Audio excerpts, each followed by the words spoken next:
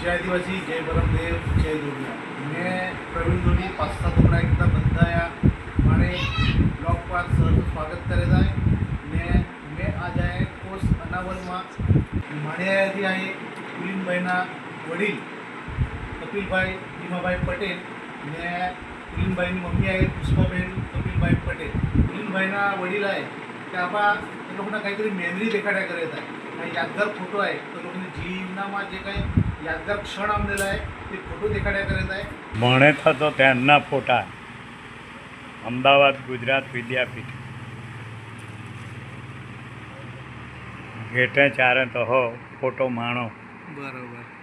એ નરેન્દ્ર મોદી આ ગાંવ આપનું નામ વડનગર મેળો ત્યાં આપણે ગયેલા હા તો ફોટો બોલો आहे का? 1966માં બરાબર।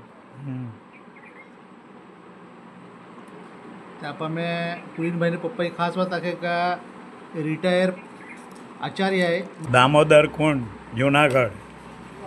આ નરેન્દ્ર મોદી ત્યાં ગાંવ વડનગરની બાજુમાં સુલતાનપુર આશ્રમ શાળા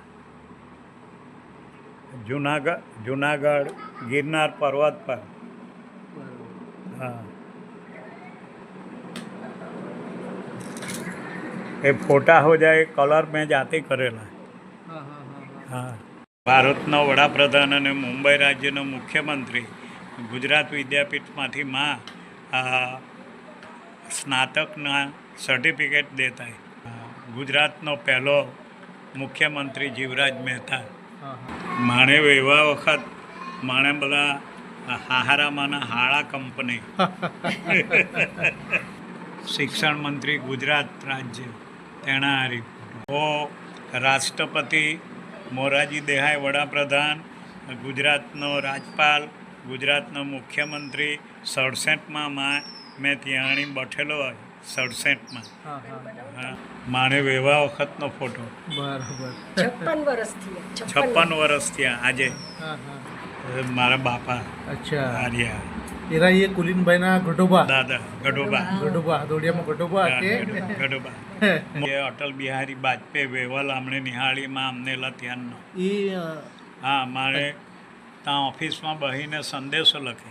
અચ્છા હા આપણે ખુરચી પર બહીને અટલ બિહારી વાજપેયી સંદેશો લખેલો આપણે હારું આપણે હા તો ક્ષણ આવે તો ફોટો આવે બરાબર। હા ઓ સંદેશો લખેલો તે અટલ બિહારી વાજપેયી આપણે જે અટલ બિહારી વાજપેયી ફોટો રહ્યો ને કે કપિલભાઈને ખુરચી પર બહીને જો સંદેશ લખ્યો હતો તો યો સંદેશ લખેલો એરા हाँ यो संदेश लखी गयला है उत्तर उन्नति की कामना के साथ अटल बिहारी वाजपेयी 27/12/97 1997 में लखी गयला थी तारीख पण आहे हाँ 95 आ मुख्यमंत्री सुरेश मेहता गुजरात राज्य मुख्यमंत्री सुरेश मेहता एने 28/11/1985 में पुलिनभाईने पप्पा लाग म्हणजे कपिलभाई लाग एक पत्र लखेला आहे ती गुजरातीમાં आहे आपण वाचताना वडे पण આપણે પુલિનભાઈને પપ્પા લાગી જ આખું તાવ કે જરાક આમાં વાંચી દેખાડા નહીં।